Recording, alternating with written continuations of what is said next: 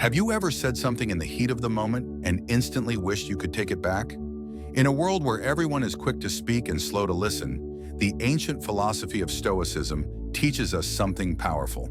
Control your words and you begin to control your life. This video isn't about being silent, it's about being intentional.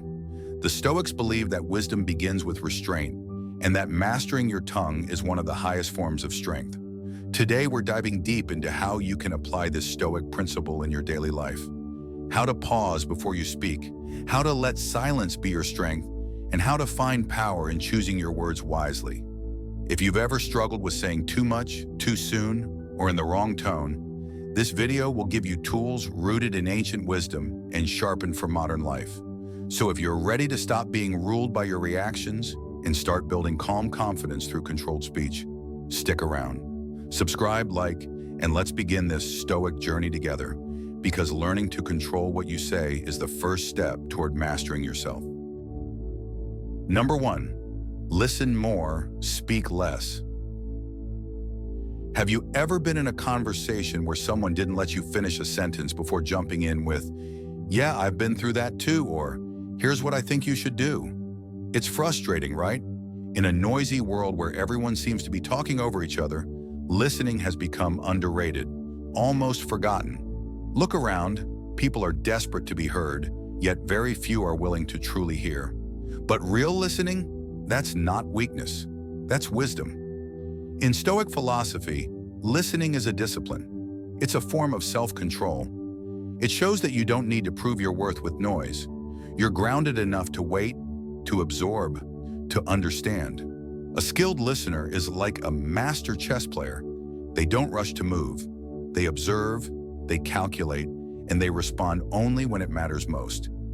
Let me share a different kind of story, one that proves how a moment of genuine attention can make all the difference. James, a high school teacher, had a quiet student named Lila. She never raised her hand, never spoke unless called on. One day, James noticed she was staying behind after class, pretending to organize her things. Without pushing, he simply said, "If you ever want to talk, I'm here." Then he waited. A few minutes passed in silence. No advice, no pressure, just space. Finally, she whispered, "My mom left this week. No one's really noticed." James didn't give a speech.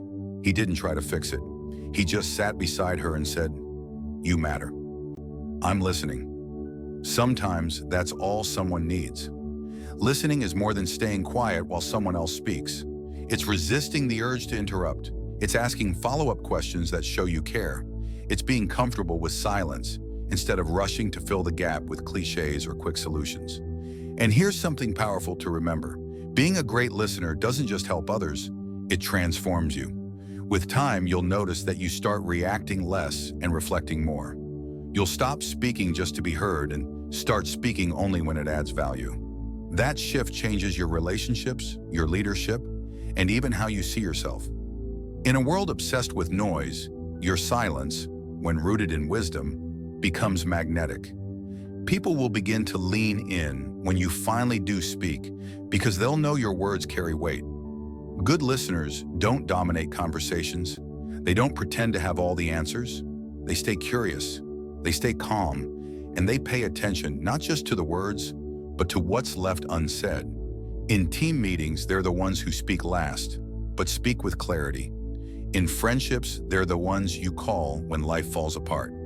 They're not trying to be impressive, they're trying to connect. Want a practical way to sharpen your listening?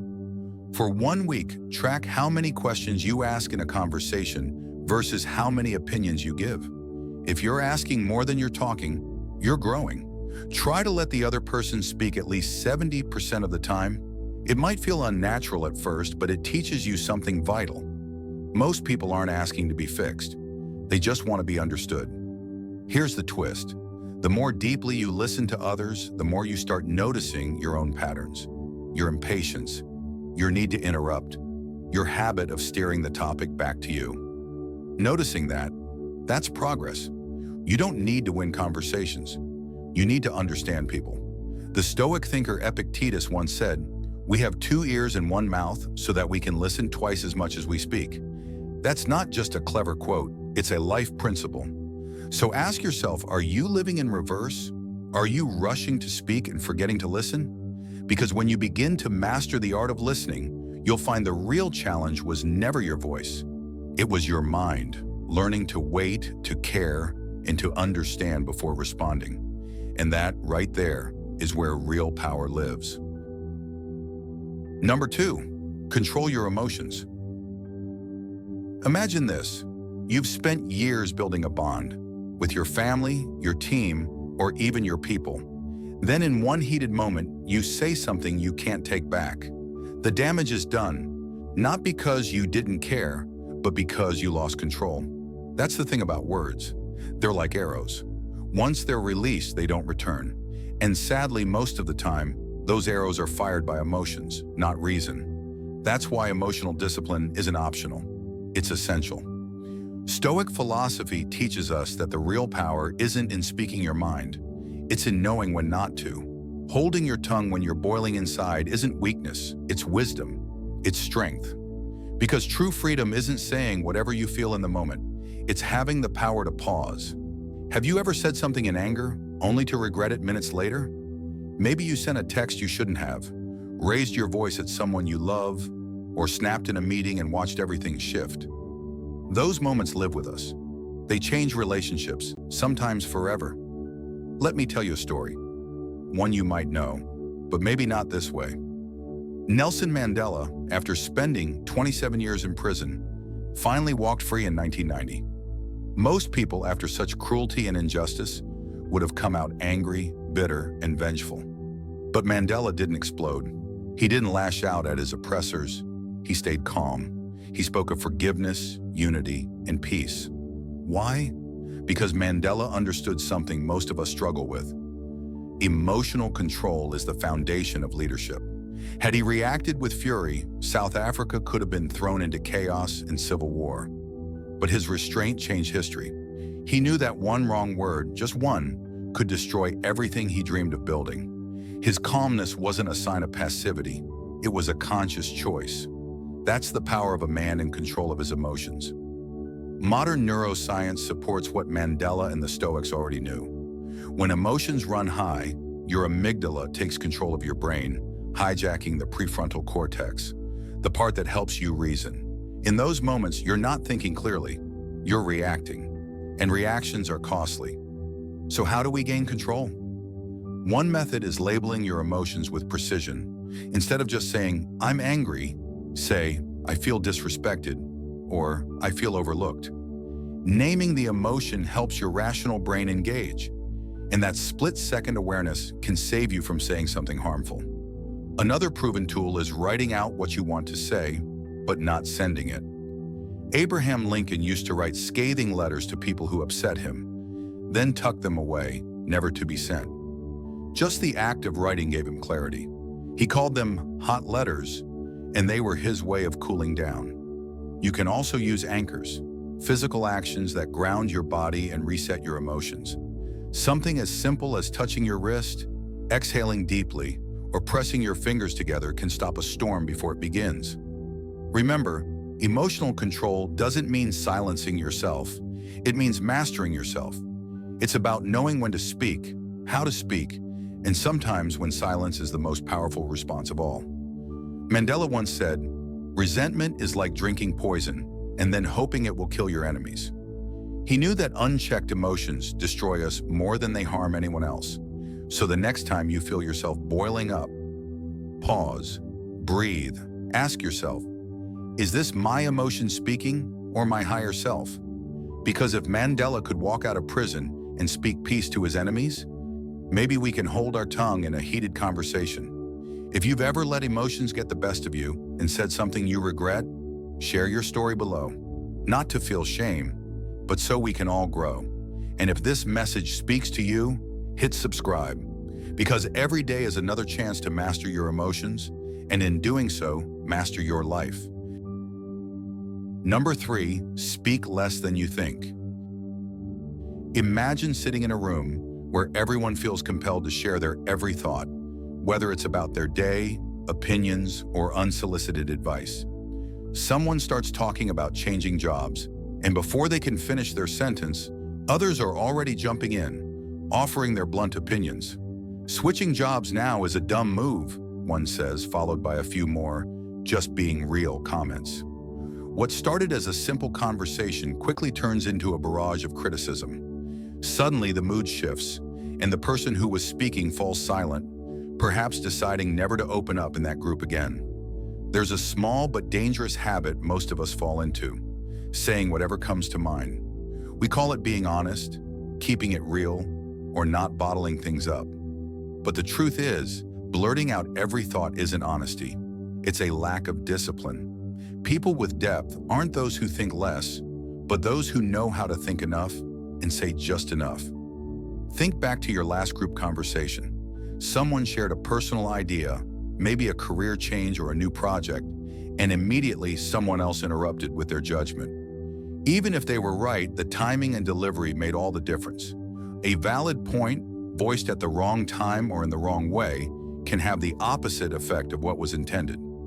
The Stoics don't remain silent because they lack thoughts to share.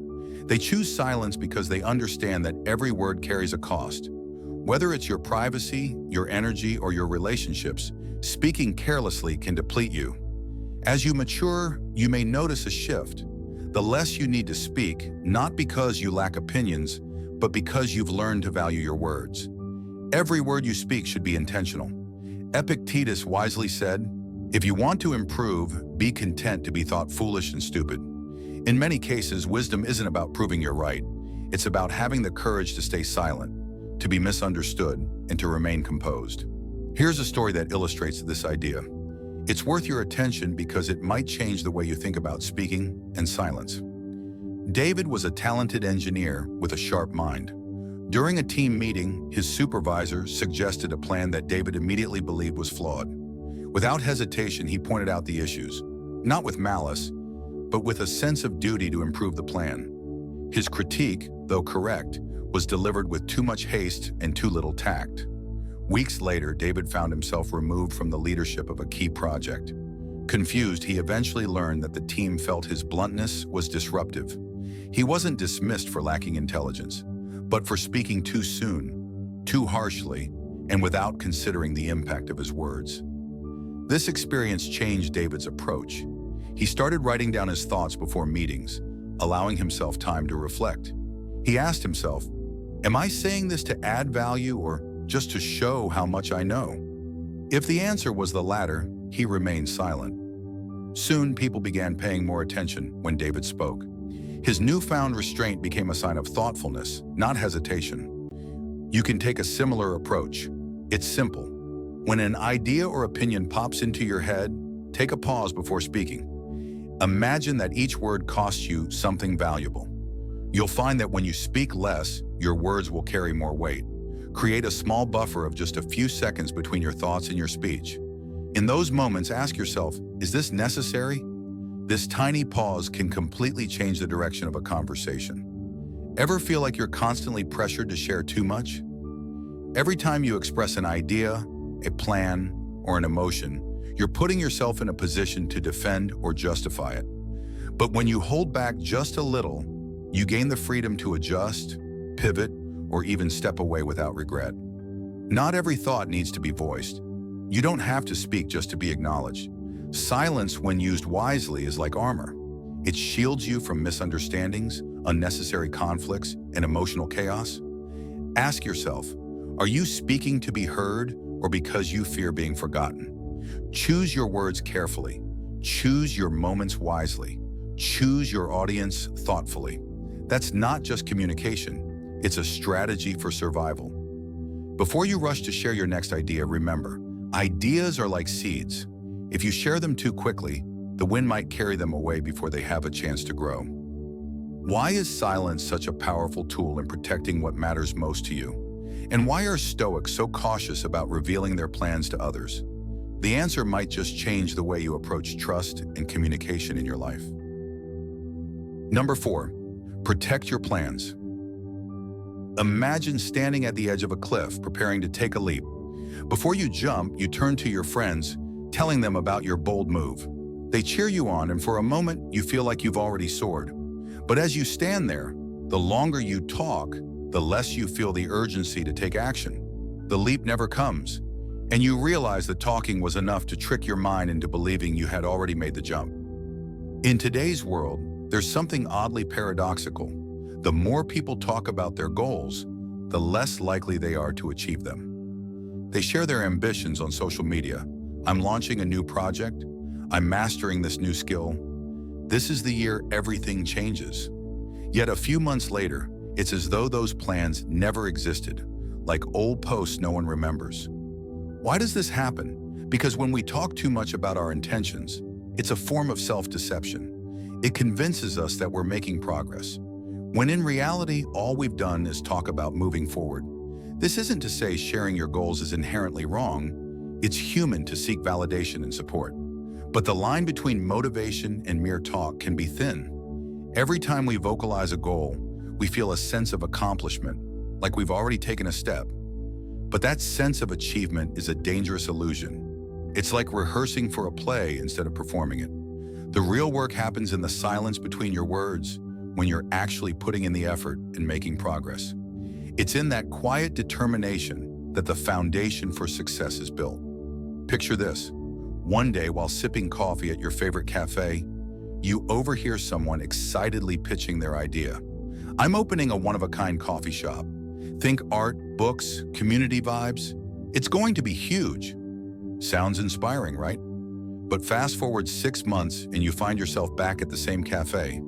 The person is still there, at the same table, enjoying the same drink, telling a very similar story. It's not that they lack passion or drive, it's that they've fallen into a common trap, the illusion of progress. The truth is, our brains can't always tell the difference between talking about doing something and actually doing it. When you share your plans, you get an instant reward.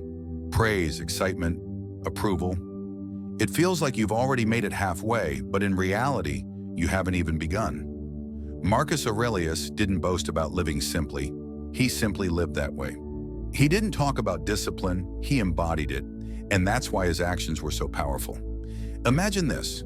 If you were a tree, would you rather use your energy to grow real fruit, or just shake your branches so people think you're thriving? Let me tell you a story you'll remember, not because it's about some legendary figure, but because it's about someone just like you. Sarah, 32, was an up-and-coming graphic designer who had a vision for a startup that would revolutionize the design world. She talked about it constantly, sharing her plans with friends, creating mood boards, and pitching ideas. She posted every step of the journey on social media, drawing attention and admiration from all sides. But months passed and Sarah's startup never came to life. Instead of getting down to work, she spent more time talking about it than actually building it. One day, after another long conversation about her ideas, a close friend told her bluntly, "Sarah, you're not working on your business, you're working on your story." That hit harder than expected. The next day, Sarah deleted all her posts, stopped talking about her plans, and actually started designing. 3 months passed in complete silence. No posts, no updates, just action.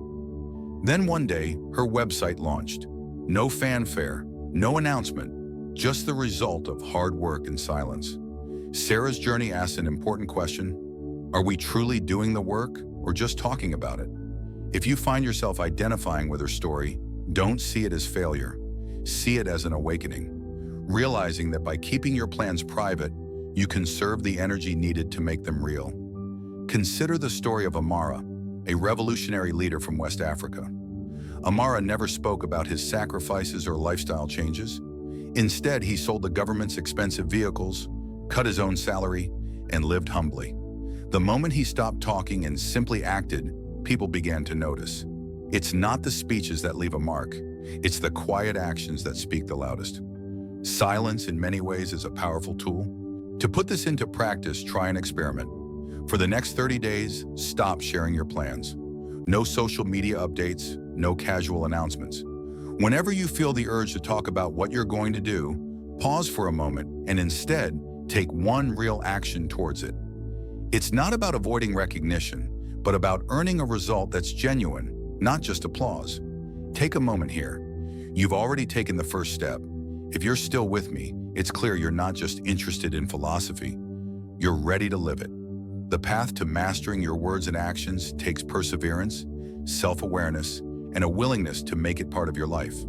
The upcoming chapters will provide practical, actionable strategies, not lofty ideals. To turn these principles into a way of life, you have to walk the entire path. And if you found something valuable here, a quiet acknowledgement is enough. That silent support can ripple out, just like the Stoic spirit, deep, calm, and full of power. Number 5, choose your confidants.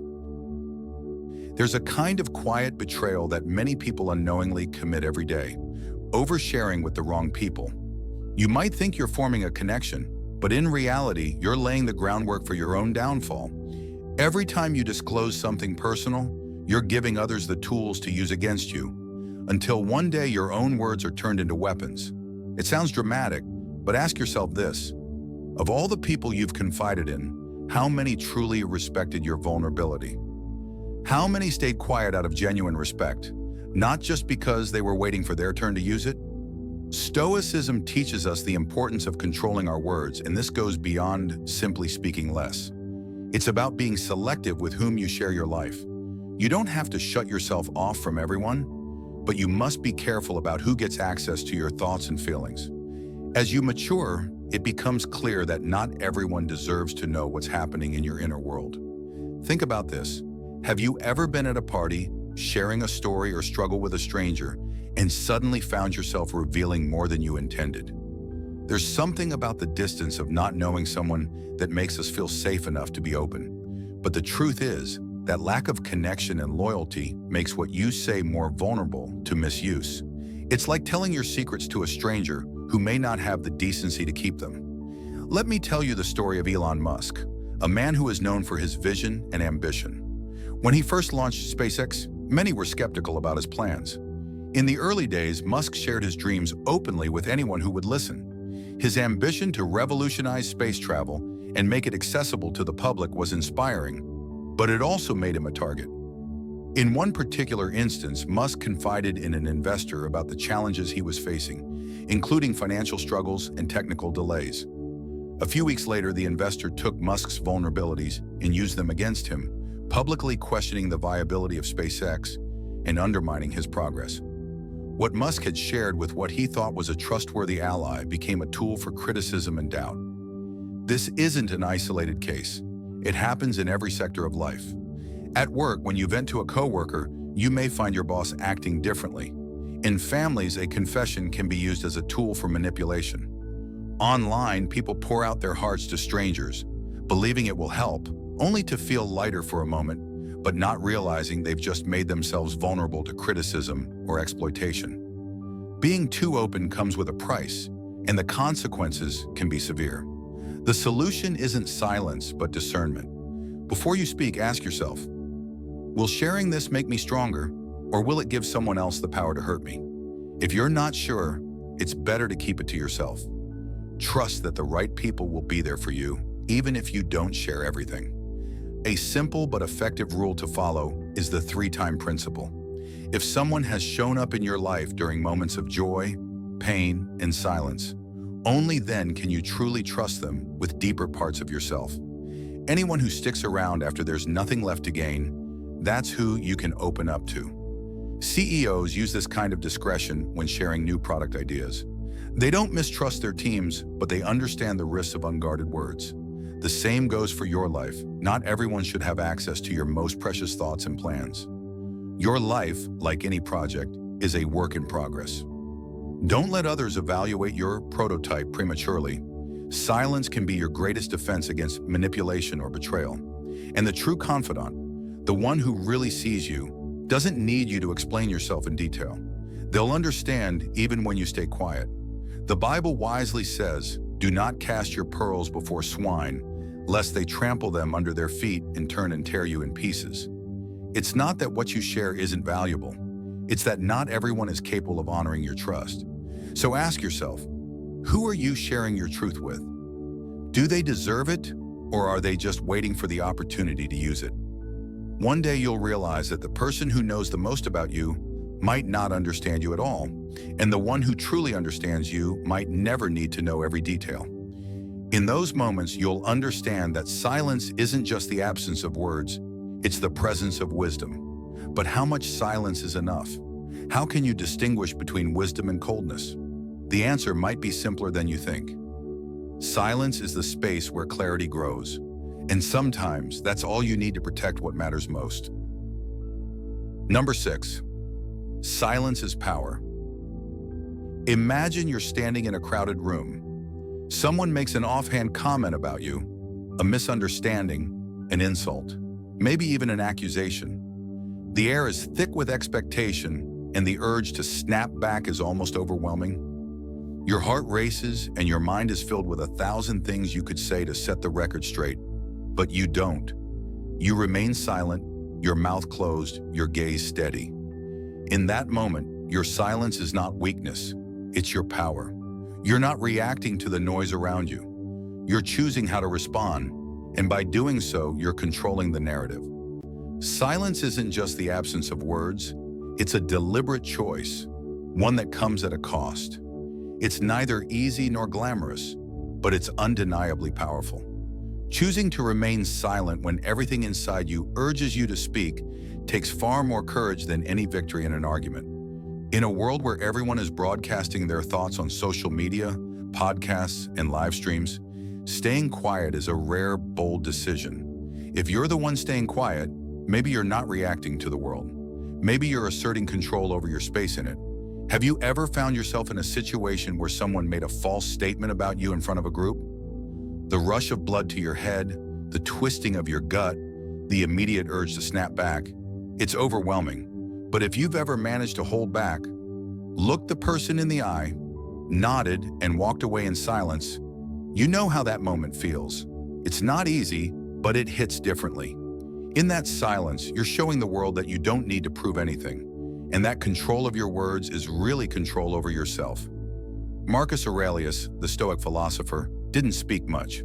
His meditations were written as private reflections, and in one powerful line he shared, "The best revenge is to be unlike him who performed the injury." In other words, don't mirror the actions of those who hurt you. You don't have to speak to strike back. You only need to avoid becoming like those you despise. It's the ultimate form of control, staying silent when every instinct might urge you to react. It's curious how some people can speak the most profound words, but they don't leave an impact. Meanwhile, others remain quiet, yet their actions speak volumes. Words, after all, are just sound waves, but actions have gravity.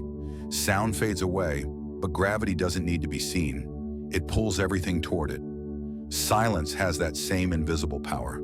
It lingers, and its influence is far-reaching, even when unspoken. Many fear silence because they think others will perceive it as weakness, ignorance, or indifference. But silence creates an intriguing power.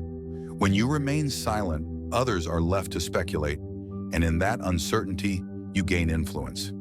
In a world designed to provoke reactions, silence becomes an unexpected strength. But how do you practice it in a world that constantly pushes your buttons? It starts with the small moments. Imagine when someone you love is upset and starts bringing up past mistakes. Instead of rushing to defend yourself, can you simply stay silent, hold their hand, and listen? Or when a coworker throws a subtle jab during a meeting, can you smile, look your boss in the eye, and deliver your point clearly, without getting defensive? These moments of silence speak volumes about your strength and control. Take David, for example. He works in design, a field where creativity often goes unnoticed. One day, a coworker took credit for David's idea and pitched it to the boss. David said nothing. No confrontation, no argument.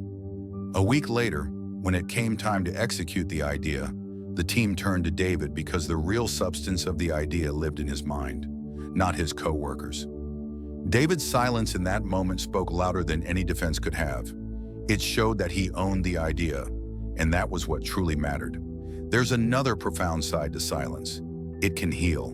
When we stop expressing every fleeting negative emotion, when we sit with our feelings instead of voicing them immediately, those emotions begin to lose their power. This practice is rooted in Zen Buddhism, where the concept of wu-wei, non-action, teaches that sometimes the most powerful act is not reacting. Silence in this context isn't avoidance, but a way to process and reflect at a deeper level. Now, I challenge you to try a day of silence. No arguments, no proving your point, no passive-aggressive posts online. Just observe. Track how often you want to speak, but choose not to. At the end of the day, reflect. If I had spoken, would it have truly made a difference? Sometimes less is more.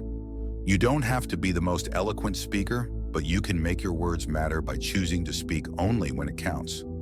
Don't let your voice become cheap by giving it away too freely. Silence is a powerful tool, but only if you're strong enough to wield it. If you've ever refrained from saying something and realized later it made you stronger, drop a strength in silence to mark the moment you stop reacting like you used to. It's not about being quiet for the sake of being silent. It's about harnessing the power of silence to transform your life and the way you respond to the world. Number 7, let achievements speak. As humans, we all share a natural desire to be recognized. Often, we satisfy this urge by talking about our goals, plans, or what we aspire to achieve. We think that by vocalizing our intentions, we'll be seen as serious and valuable. However, the reality is that the more we speak about something before it comes to fruition, the greater the chance we'll lose it. Not because of sabotage, but because talking too much erodes our drive to act. The more we use words to assert ourselves, the easier it becomes to fall into the illusion that we've already made progress when, in reality, we haven't even started. Those who follow a Stoic mindset understand this concept well. Every word costs energy. Every time we talk about our plans, justify our decisions, or try to prove our worth, we're giving away something that should have been saved for action. The wise know that credibility isn't built by convincing others through words, but through the results that speak for themselves. In a world constantly filled with chatter, the one who knows when to stay silent commands the most attention. Take the story of J.K. Rowling, for example. When she was writing the Harry Potter series, she didn't talk much about her aspirations or plans for the books. Instead, she quietly worked, focusing on her craft. Her achievements, when revealed, spoke volumes. She became one of the most successful authors in history, and her success was all the validation she needed. Rowling's choice to let her work speak for itself instead of constantly announcing her plans was key to her extraordinary success. Think about the last time you announced a big goal. Perhaps you told someone you were going to learn a new language, work out, write a book, or launch a business. How did that feel? If you're like most people, the initial excitement probably wore off soon after the announcement. Just by saying it out loud, you get a sense of achievement, even before the work starts. Your brain feels rewarded, but without doing the hard work, and as a result, things stall. This happens not because you're weak, but because you've unknowingly exchanged action for the illusion of progress. Purposeful silence isn't avoidance. It's a strategy. It's like planting a seed. You don't dig it up every day to check its growth. You let it grow quietly, steadily, and strongly. People are no different. The most meaningful achievements need protection from rushed judgment and impatient eyes. By keeping your plans to yourself, you allow them the space to grow, free from external pressure or distortion. Silence is also a tool for cultivating inner discipline. Not everyone can do it. It's easy to seek validation and show how hard you're trying, but true power lies in moving forward quietly without needing recognition. Silence requires that you trust in your own process and believe that the work you're doing is enough, without needing to be seen or understood. When the results come, you won't have to speak at all. They will speak for you.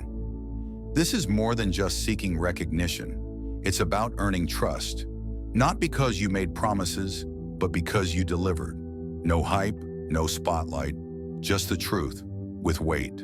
The kind of truth that makes people stop, take notice, and see you differently because you weren't striving to be seen. You made it inevitable.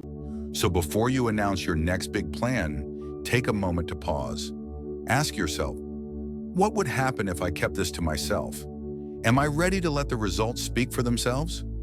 If the answer is yes, then you're on the right path, because the one who controls their words is the one who's truly in control, and that is where real value begins. We've just explored 7 Stoic-inspired lessons to master your words, from listening more and managing your emotions to knowing when silence speaks louder than promises. Each lesson isn't just a philosophical idea, it's a practical tool to help you live with more clarity, resilience, and real impact through quiet strength. As we grow, the less we need to talk. Our actions begin to speak for us. Words can build or destroy, but when you learn to control them, you're not just mastering speech, you're mastering yourself. That's the power Stoicism gives you: inner freedom, calm in the chaos, and unshakable focus on the path you choose. If this video sparks something in you, something you hadn't considered before, give it a like. It might do the same for someone else. Drop a comment with your thoughts so we can grow together. Share it with a friend, a loved one, or someone who could use a little more calm right now. And don't forget to subscribe, because your journey to self-mastery is just getting started, and what's coming next will keep you going strong. Thank you, and see you soon.